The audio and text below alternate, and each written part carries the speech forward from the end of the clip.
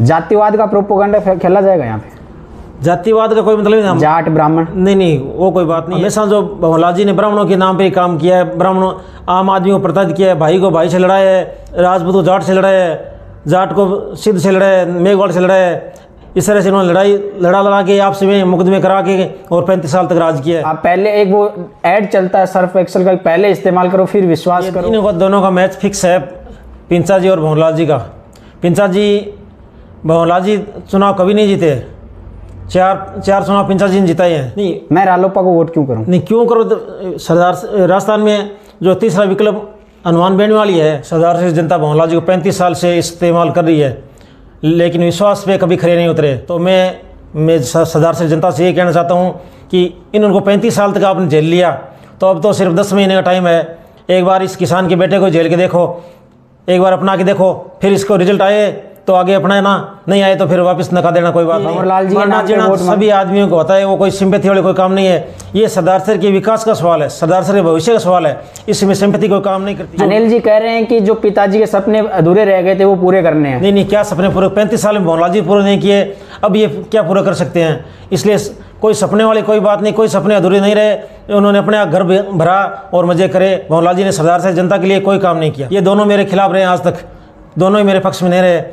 जिसका राज था वो मेरे खिलाफ रहा है, राज के मैं विरुद्ध रहा हूँ, कांग्रेस का राज हो या बीजेपी का राज। 22 साल से मैं दोनों के खिलाफ लड़ाई संघर्ष में जीवन रहा है मेरा। और संघर्ष करने वाले आदमी को लास्ट में बर्बादी मिलती है, और ये बर्बादी मेरे को भंवरलाल जी और अशोक जी पिंचा और हमारे राजेंद्र जी राठौड़ है जो मंत्री रह चुके चूरू जिले के, उन्होंने मिल के और मेरे जीवन को बर्बाद करने का चेष्टा की है, और मेरे को बहुत बड़ा नुकसान पहुंचाने की कोशिश की उन्होंने। प्रताड़ित हूँ, मेरे को दोनों दलों ने बार बार परेशान किया है, दोनों दलों ने मेरे को फुटबॉल बना रखा है, कभी बीजेपी कभी कांग्रेस मेरे को परेशान करने वाला है हमारा परिणाम, क्योंकि नीट 2022 में रेशो वाइज सीकर से सबसे ज्यादा सिलेक्शन देने वाला इंस्टीट्यूट बना आयाम। अभिजीत चौधरी ने ओबीसी में 122वीं और वरुण शर्मा ने जनरल 683वीं रैंक प्राप्त की। For NEET, CUET and foundation course join Aayam career institute at Piprali road, Sikar. Admissions open, call 7300115555। मेरा नाम है अभिषेक जाखड़, आप देख रहे हैं RJTV 24। आज हम हैं सरदार सर में। सरदार सर में बाई इलेक्शन होने जा रहे हैं, इसमें रालोपा भी मैदान में है। बीजेपी कांग्रेस हमेशा से चुनाव लड़ती है, लेकिन इस बार रोमांचक इसलिए हो गया है कि रालोपा से हमारे साथ हैं मूंड साहब। उनसे जानेंगे कि उन्होंने रालोपा को क्यों ज्वाइन किया। नमस्कार सर, आपका RJTV 24 पे स्वागत है। आपको बहुत बहुत धन्यवाद सर। पहला सवाल तो यही है कि आप पहले सरपंच रहे हो, फिर डेयरी के चेयरमैन रहे हो लंबे समय से 4 बार, लेकिन आप हमेशा से कांग्रेस के साथ रहे हो, रालोपा को क्यों चुना आपने? देखिए, मैं छात्र जीवन से ही राजनीति में हूँ। 1994 में सबसे पहले छात्र संघ अध्यक्ष चुना गया था, और इसके बाद में जब से मैं राजनीति शुरू किया इस टाइम रालोपा नहीं थी, और मेरा जीवन हमेशा संघर्ष में रहा है।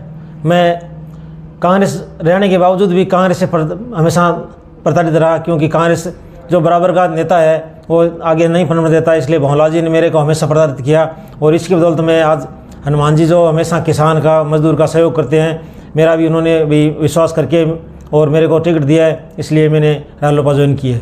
सर, मैं आज जब आपके नामांकन सभा थी तो उसका मैं भाषण सुन रहा था आपका, उसमें जो भाषण दे रहे थे उसमें एक ऐसे दर्द छलक रहा था कि यार मतलब एक बहुत जैसे कोई परेशान इंसान हो वो भाषण दे रहा हो, तो उसके पीछे वो मासूमियत के पीछे क्या कारण है कि मतलब एक दर्द दिख रहा था लोगों को? देखिए, मैं किसानों के लिए, मजदूरों के लिए, मेरे सभी छोटे मोटे भाइयों के लिए राजनीति करता हूँ। मैं कोई राजनीति व्यापार नहीं है मेरा, और ये जो लोग बीजेपी कांग्रेस राजनीति करते हैं इनका काम राजनीति एक व्यापार बना लिया है।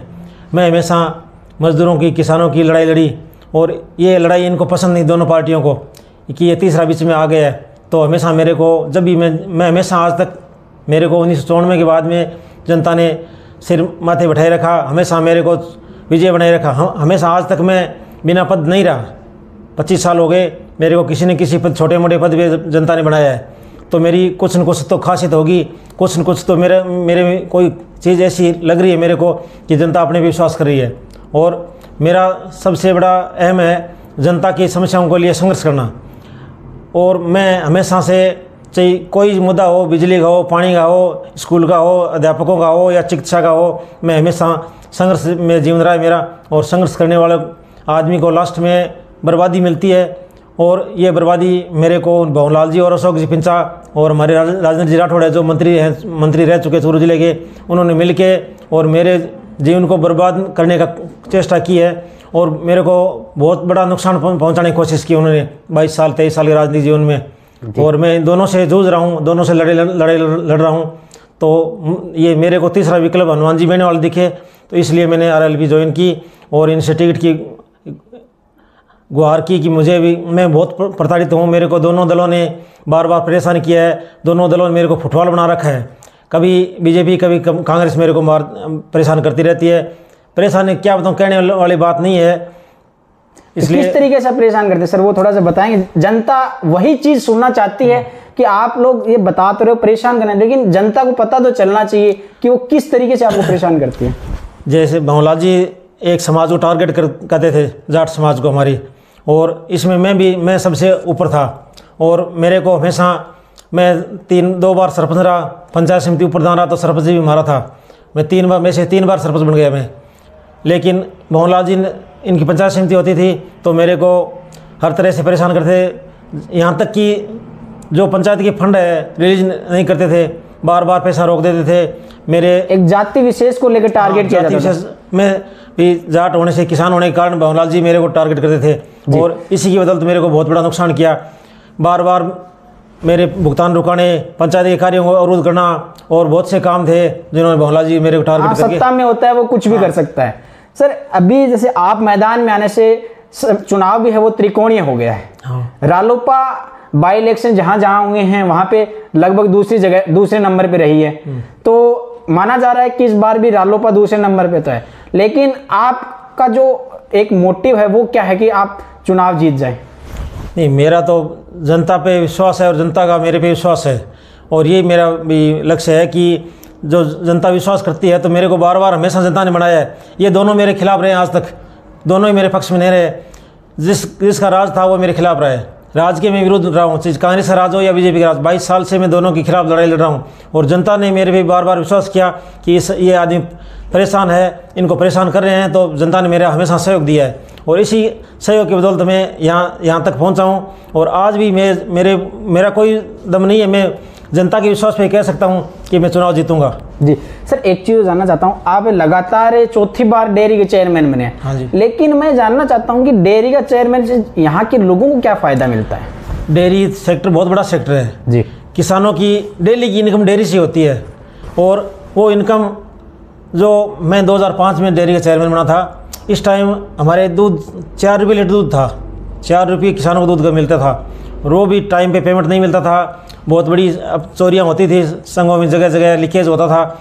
मैंने इस समस्या को समझ के और 2005 से इनको अच्छी रेट देने की कोशिश की। हमेशा किसान की जो तकलीफ़ है वो मेरी तकलीफ़ समझ के, और मैंने आज जो किसानों को मैं दे रहा हूँ वो आज तक किसी डेयरी में नहीं दिया। राजस्थान में भी अपने 1 या 2 नंबर पे चल रहे हैं, चूरू जिला 2 नंबर पे चल रहे हैं। कितनी रेट है अभी हमारे? कम से कम भैंस के दूध की 80 रुपये रेट चलती है, 10 फैट की 80 रुपये और 3 फैट की 35 रुपये रेट है। कम से कम 35 रुपये और ऊपर में 80 रुपये रेट दे रहे हैं, जो बहुत बड़ी इक्विपमेंट है। हाँ, इसे मान सकते हैं 80 रुपये अगर दूध के मिल रहे हैं तो अचीवमेंट ही है। क्योंकि गांव में पर खुला भी लेते हैं तो वो 50, 55, 60 रुपये मिलता है, क्योंकि मैं भी गांव से बिलोंग करता हूँ तो ये चीज़ मुझे पता है। सर मैं एक चीज़ जानता हूँ, आपने किसान की बात की है तो यहाँ के जो भाजपा के नेता हैं, जो पिंचा साहब हैं, उन्होंने कल ही एक बयान जारी किया था। उसमें वो बोल रहे हैं कि राजा का बेटा राजा ना बने। कहने का मतलब ये था कि विधायक का बेटा विधायक ना बने। एक अच्छे आम इंसान को मुझे वोट दे के जीते, तो इसके बारे में आप क्या सोचते हैं? ये इन दोनों का मैच फिक्स है, पिंचा जी और भवनलाल जी का। भवनलाल जी चुनाव कभी नहीं जीते, चार चुनाव पिंचा जी ने जिताए हैं और इनकी निष्क्रियता की वजह से ही ये भवनलाल जी बार बार जीतते रहे हैं। और पिंचा जी राज होता है तो हारे हुए ये मानते हैं कि मैं हारने के बाद भी राज का विधायक रहूँगा, अपने पास लेटर पेड चाहिए। चुनाव जीतने का कभी पिंचा जी मकसद नहीं रहा और आगे भी जीतने का कोई लक्ष्य नहीं है। इसको सिर्फ लेटर पेड चाहिए और अपना राज आए तो ये बस अपने आप को एमएलए समझते हैं, जीतने का कोई मकसद नहीं है। और इसकी बदौलत भवनलाल जी 4 बार चुनाव जीत गए इनकी बदौलत। जी सर, मैं एक चीज़ जानना चाहता हूँ कि आप जब भाषण दे रहे थे, जो नामांकन सभा थी, उसमें एक ये जो भंवरलाल जी जो सुपुत्र हैं अनिल जी, उन पे भी आपने एक टिप्पणी की थी। उस टिप्पणी का मतलब क्या था?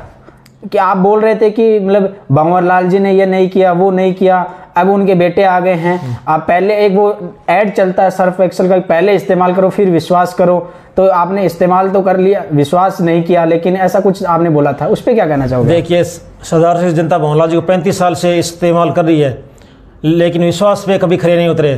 तो मैं सरदार सिंह जनता से ये कहना चाहता हूँ कि इनको 35 साल तक आपने झेल लिया, तो अब तो सिर्फ 10 महीने का टाइम है। एक बार इस किसान के बेटे को झेल के देखो, एक बार अपना के देखो, फिर इसको रिजल्ट आए तो आगे अपनाना, नहीं आए तो फिर वापस नका देना, कोई बात नहीं। इसलिए मैं सारों से, मेरे आज किसान भाई आए थे, इनसे निवेदन किया था कि आप सिर्फ मेरे को 10 महीने का टाइम दे के देखो। पिंचा को 5 साल दिया था, भंवरलाल को 35 साल दिया है, तो मेरा हक भी है, मैं भी बार बार इनके इशारों पे, इनके आवाज़ पे काम किया है। इसलिए मैं इनसे गुजारिश की थी कि एक बार मेरे को अपना के देखें। सर, मैं एक चीज़ जानना चाहता हूँ कि सरदार सर में सिंपैथी की एक सद्भावना चल रही है कि भावना के लिए वोट मांगे जा रहे हैं कांग्रेस की तरफ से, क्या आप उसमें अपनी नैया पार कर पाएंगे? नहीं, किसी की सद्भावना, कोई सिंपैथी नहीं है। ये भंवरलाल जी मानना जीना सभी आदमियों को होता है, वो कोई सिंपैथी वाले कोई काम नहीं है। ये सरदार सर के विकास का सवाल है, सरदार सर के भविष्य का सवाल है, इसमें सिंपैथी कोई काम नहीं करती है। अनिल जी कह रहे हैं कि जो पिताजी के सपने अधूरे रह गए थे वो पूरे करने हैं। नहीं, क्या सपने पूरे? 35 साल में भंवरलाल जी पूरे नहीं किए, अब ये क्या पूरा कर सकते हैं? इसलिए कोई सपने वाली कोई बात नहीं, कोई सपने अधूरे नहीं रहे। उन्होंने अपने घर भरा और मजे करे। भंवरलाल जी ने सरदार से जनता के लिए कोई काम नहीं किया। सर, विकास की बात करूं तो मैं यहाँ पे जानना चाहता हूँ कि यहाँ पे मुद्दे क्या क्या हैं, आपके एजेंडे क्या क्या हैं? एजेंडे हमारे मुख्य सरदार सर में 100 बेड के हॉस्पिटल की मांग है, जो वो तो भंवरलाल जी भी कर रहे हैं, मांग करते हैं। आज तक कई बार घोषणा भी कराई है, भंवरलाल जी ने घोषणा कराई थी, राजेंद्र राठौड़ बीजेपी राज में घोषणा करके गए थे कि मैं 100 बेड की बनाने की घोषणा करता हूं। मंत्री थे शिक्षा मंत्री, फिर भी घोषणा ही घोषणा रहेगी, तो घोषणा का कोई मतलब नहीं है, काम तो होना चाहिए, धरातल पर तभी माने ने। तो ये हमारी मुख्य मांग है। और सरदार से सड़कों की हालत, लिंक रोड गाँव में है, शहर में ज़रूर सड़क ठीक है, लेकिन गाँवों की देखो कितनी खराब सड़कें हैं। और स्कूलों में अध्यापक नहीं है, शहरों की भी नहीं है। मैं भी आया हूँ, मैं सीकर से चल के आया हूँ, देखा है मैंने। स्कूलों में अध्यापक नहीं है, बिजली की किसानों की डिमांड 2-2 साल से बंद जमा करा रखे हैं। लेकिन जो पिंचा जी कह रहे थे, कल कह रहे थे, विपक्ष में बैठे पिंचा जी, तो मांग उठानी चाहिए, धरना देना चाहिए, प्रदर्शन करना चाहिए, वो काम तो मैं कर रहा हूँ। पिछले 4 साल कांग्रेस के राज में भी मैं खिलाफ मैं भी कर रहा हूँ। सिर्फ एक ही आदमी हूँ जो किसानों के लिए बात करता हूँ। आप तो खुद कांग्रेस पार्टी कांग्रेस कार्य, क्या किसानों का दर्द है, मेरा दर्द है, किसानों की तकलीफ है, मेरी तकलीफ है, इसलिए तो मेरे को आज ये सहयोग मिल रहा है, नहीं तो कौन देता है। तो इसी कारण आपने रालोपा ज्वाइन की? हाँ, इसी कारण भी, और मेरा विकल्प नहीं है रालोपा के अलावा और कुछ। और हनुमान जी ऐसे वीर पुरुष हैं जिसकी छाया में रह के मैं आगे बढ़ सकता हूँ। हाँ, हनुमान जी से एक चीज़ याद हो रही है, आप भाषण में कह रहे थे कि एक तो सालासर वाले हनुमान जी हैं और एक नागौर वाले हैं, उसका क्या तात्पर्य है? इसका तात्पर्य ये है कि अपने लोक देवता हनुमान जी सालासर वाले हैं, और राजनीति में मेरे देवता, मेरे भगवान हनुमान जी हैं। इसको आज मैंने भगवान मान के हनुमान जी को और रालोपा ज्वाइन की है, और मेरे को उन्होंने विश्वास करके अपनाया है, तो मैं इसको भगवान मानता हूँ और नागौर का हनुमान मानता हूँ। जी सर, आखिरी सवाल, इससे पहले एक चीज़ जानना चाहता हूँ कि आप जब जनता के पास जाओगे वोट मांगने के लिए, तो आप क्या कह के वोट मांगोगे? मैं कहने का क्या है, सरदार सर विकास की बात ही करेंगे और कोई मुद्दा नहीं है। सरदार सर में 35 साल से जो पिछड़ापन है, इसको दूर करने की कोशिश करेंगे। और मेरी जो व्यक्तिगत, शिक्षा का क्षेत्र कैसा है? शिक्षा में क्षेत्र सारे पिछड़े गए, कोई ऐसा सेक्टर नहीं है जहाँ सरदार सर विकास हुआ है। एजुकेशन ही एक ऐसा जरिया है जिससे आगे बढ़ा जा सकता है। एजुकेशन हो, शिक्षा हो, सड़कें, बिजली, पानी, सारी एक ही हालत है। ये तो सारे अपने दोनों से राज बीजेपी का है चाहे कांग्रेस का है, अपना घर भरने का काम करते हैं, जनता का कोई मतलब नहीं है। ये समझते हैं कि जनता के अपने दोनों के अलावा कोई जाने तीसरा आदमी है नहीं। देख लो, अभी हमारे बीजेपी में 4 आदमी टिकट मांगा था किसान कौम से, और 20 साल से मांग रहे हैं, लेकिन हमारे किसानों के वोट होने के बावजूद भी कोई टिकट का पैनल में नाम तक नहीं भेजता है बीजेपी वाले। और ये हालत कांग्रेस की है। मैं पिछली बार मांगी थी, अब भी हमारे ताराचंद जी मांग रहे थे, लेकिन पैनल में नाम तक नहीं गए दोनों पार्टियों में, तो फिर क्या मतलब रह गया? जातिवाद का प्रोपोगंडा खेला जाएगा यहाँ पे? जातिवाद का कोई मतलब नहीं, जाट ब्राह्मण नहीं, वो कोई बात नहीं है, वो तो खेलने का कोई नाम नहीं है। हमेशा जो भंवरलाल जी ने ब्राह्मणों के नाम पे काम किया है, ब्राह्मणों आम आदमी को प्रताड़ित किया है, भाई को भाई से लड़ाया है, राजपूत को जाट से लड़ाया है, जाट को सिद्ध से लड़ाया है, मेघवाड़ से लड़ाया है। इस तरह से उन्होंने लड़ा के आपस में मुकदमे करा के और 35 साल तक राज किया है।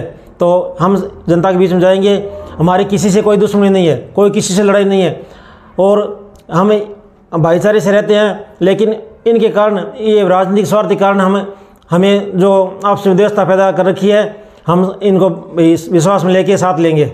कोई जाति वाली कोई बात नहीं रह गई है। सर एक चीज़ और जानना चाहता हूँ कि मैं मान लो सतान यहाँ का हूँ, सरदार शहर का, हाँ, मुझे वोट करना है तो मैं आपको वोट क्यों करूँ? नहीं, मैं रालोपा को वोट क्यों करूँ? नहीं क्यों करो? तो राजस्थान में जो तीसरा विकल्प हनुमान बेनी वाली है, ये दोनों बीजेपी और कांग्रेस 5-5 साल के लिए फिक्स रहती है और विकास के नाम पे दोनों जीरो है। अपना इनको टाइम पास करना होता है, एक बार बीजेपी वाले कमा लेते हैं, एक दूसरी बार कांग्रेस वाले कमा लेते हैं। तो जब तक तीसरा विकल्प नहीं पैदा होगा तो अपना विकास नहीं हो सकता। और आप जो युवा है, नौजवान हो, तो आपको तो ये उम्मीद हनुमान जी भी करनी चाहिए, इसके अलावा तो कोई उम्मीद ही नहीं है। इसलिए आप वोट करने के लिए मजबूर हो जाएंगे, क्योंकि हनुमान जी के पास बहुत विजन है, नौजवानों के लिए, युवाओं के लिए, किसानों के लिए, व्यापारियों के लिए, सभी के लिए। तो इसलिए आप वोट करने के मजबूर हो जाएंगे। सर एक चीज़ और जानना चाहता हूँ कि जब हनुमान जी एक भाषण दे रहे थे नामांकन रैली में आपके, तो वो कह रहे थे कि सरदार शहर में यहाँ के भामाशाहों का सहयोग रहा है, उसके बारे में थोड़ा सा डिटेल से और बताइए। देखिए, सरदार शहर में 35 साल से भंवरलाल जी, पिंचा जी बारी बारी राज कर रहे हैं। और आप सरदार शहर में आज गए, गांव गलियों में गए होंगे, देखो कितनी बड़ी व्यवस्था है, सफाई की व्यवस्था है, लाइटों की व्यवस्था है, सड़कों की व्यवस्था है। इससे तो अच्छा है सरदार शहर में हमारे सरा परिवार ने और मूलचंद मालू परिवार ने बहुत बड़े भामाशाह है, उन्होंने अच्छा विकास कार्य कराया है सरदार शहर में, जन सहयोग से, भामाशाहों के द्वारा सहयोग किया है। तो इनसे ये अच्छे रह गए।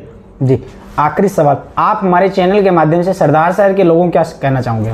मैं तो यही हाथ जोड़ के निवेदन करना चाहता हूँ कि मेरे को 35 साल तक, मैं 25 साल से राजनीति में हूँ, 25 साल से मेरे को दोनों दलों ने परेशान किया है, प्रताड़ित किया है। तो मैं निवेदन करता हूँ कि दोनों दलों को देख लिया, लेकिन एक बार अपने बेटे को, अपने भाई को, अपने साथी को आजमा के देखें और फिर 10 महीने के लिए एक बार देख के देखें फिर क्या रिजल्ट रहता है। ये 10 महीने तो जल्दी से आ जाएंगे। आपने 35 साल तक ही विश्वास किया है, तो 10 महीने विश्वास करें और मेरे को वोट देके और विजय बनाएं। जी शुक्रिया। तो ये थे हमारे साथ लालचंद जी मूड, जो कि रालोपा से प्रत्याशी हैं। रालोपा ने जब मैदान में आके यहाँ के चुनाव को त्रिकोणीय बना दिया है। अब देखना होगा आने वाले 5 दिसंबर को कि कौन मैदान में होगा और कौन हारेगा और कौन जीतेगा, कौन सरदार शहर का सरदार बनेगा, ये तो आने वाला समय बताएगा। बहरहाल इतना ही। RJTV24 पे आप जुड़े रहिएगा, लगातार चुनाव की कवरेज देते रहेंगे। और RJTV24 पे अगर आपको कोई कैंडिडेट से सवाल पूछना हो तो आप हमें जरूर बताइएगा, हम उनसे वो सवाल जरूर करेंगे। और अपनी राय भी बताइएगा कि कौन बनेगा सरदार शहर का सरदार। बहरहाल इतना ही। जय हिंद, जय राजस्थान।